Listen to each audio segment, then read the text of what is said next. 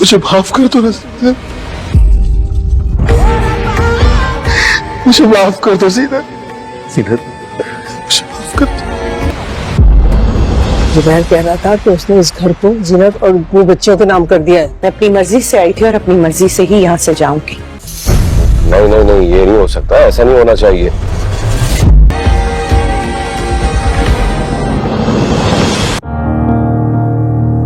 भाई ने हमारा सारा हक उठा के ना उसकी झोली में डाल दिया। अपनी फिक्र करें आप। जिन कदमों से आए उन्हें कदमों से वापस लौट जाओ।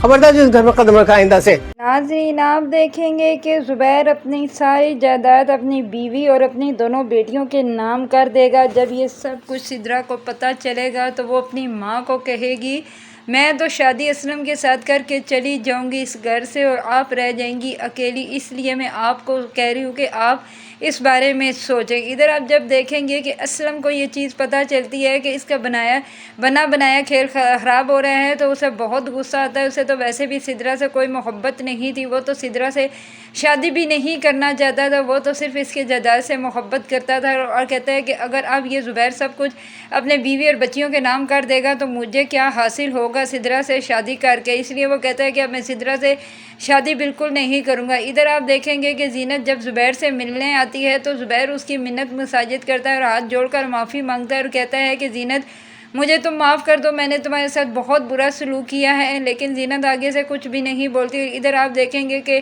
जीनत की सांस आ जाती है और उसे कहती है कि तुम यहाँ क्यों आई हो, यहाँ से निकल जाओ, तो मेरे घर में तुम्हारी जुर्रत कैसे हुई आने की। तो उस पर आगे से ज़ुबैर बोलता है कि ये मेरी बीवी है और ये इस घर ही में रहेगी क्योंकि इस घर पर इसका पूरा हक है। आप कैसे कह सकती हैं कि ये घर छोड़कर चली जाए। तो उसकी माँ कहती है कि आज तुम्हारी इतनी ज़ुबान हो गई है कि तुम अपनी माँ के साथ ज़ुबान लड़ा रही हो इस लड़की के लिए, इसीलिए मैं तुम्हें कह रही हूँ कि इसको यहाँ से निकालो, दफ़ा करो, क्योंकि मैं इसे घर में बर्दाश्त नहीं करती। मैं जानती हूँ कि तुम सारी जायदाद इसके नाम कर रहे हो, इसी लालच में ये तुम्हारे पास आई है। तो इस पर वो जीनत आखिर से कहती है कि मुझे कोई लालच नहीं है, मैं सिर्फ ज़ुबैर की हालत और इनकी पता करने आई थी कि इनकी सेहत कैसी है। लेकिन आपने गलत समझ रही है, मैं इस घर में कभी भी नहीं रहूँगी। तो इस पर आगे से ज़ुबैर उसे कहता है कि जीनत तुम कहीं भी ना जाना। मैं प्लीज़ उसका हाथ पकड़ लेता है, कहता है कि मुझे छोड़कर मत जाओ, तुम्हारे सिवा मेरा पास कोई भी नहीं है, क्योंकि मैंने जिन लोगों के लिए पूरी सारी ज़िंदगी मेहनत की उन्हें खिलाया, लेकिन आज वो मेरा साथ नहीं दे रहे, मैं उनके लिए